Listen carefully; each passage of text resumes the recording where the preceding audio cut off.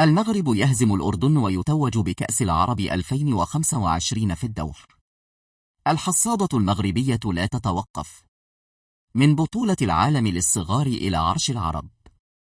ليست صدفة ولا لحظة عابرة في كتاب كرة القدم العربية. إنه المغرب، إنهم أسود الأطلس. حين يدخل المنافسات يدخل بعقلية البطولة وإصرار لا يعرف التوقف، وبجيل تعلم أن يحلم ثم يحول الحلم إلى واقع. من ملاحم بطولات العالم للفئات السنية إلى ليلة خالدة في الدوحة، يواصل المغرب كتابة تاريخه الكروي بمداد الإجادة والعزيمة. نهائي كأس العرب 2025. المغرب في مواجهة الأردن في ليلة كروية لا تنساه، وعلى أرضية ملعب لوسيل. تواجه المنتخب المغربي الثاني بقيادة المدرب طارق السكتيوي مع المنتخب الأردني الذي يقوده المدرب المغربي جمال السلامي، في نهائي جمع بين الطموح والطموح وبين الشغف والإرادة. بداية نارية وهدف عالمي يشعل المباراة.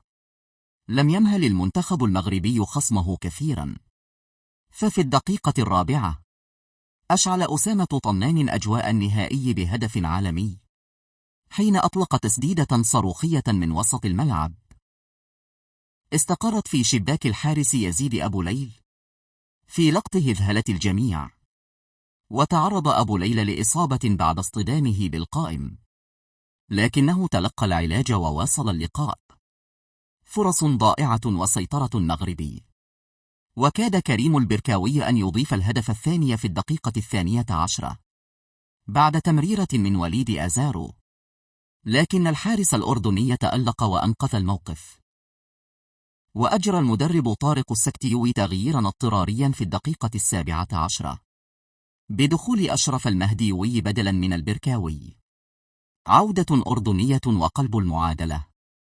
مع بداية الشوط الثاني نجح المنتخب الأردني في تسجيل هدف التعادل عن طريق علي علوان بضربة رأس متقنة في الدقيقة 47 وفي الدقيقة 68.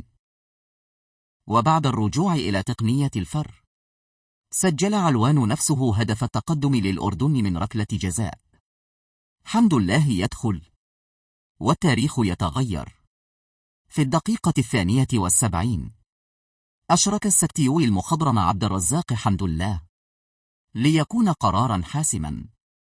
في الدقيقة 87 سجل حمد الله هدف التعادل، وأقر الهدف بعد الرجوع للفر. وفي الدقيقة 100 من الوقت الإضافي أكمل حمد الله ملحمته وسجل هدف الفوز والتتويج ليقود المغرب للفوز 3-2. صافرة النهاية، والمغرب بطل العرب. بهذا الانتصار يتوج المغرب بطلا لكأس العرب 2025 للمرة الثانية في تاريخه، ويحصد لقب النسخة 11 والثانية تحت مظلة الفيفا.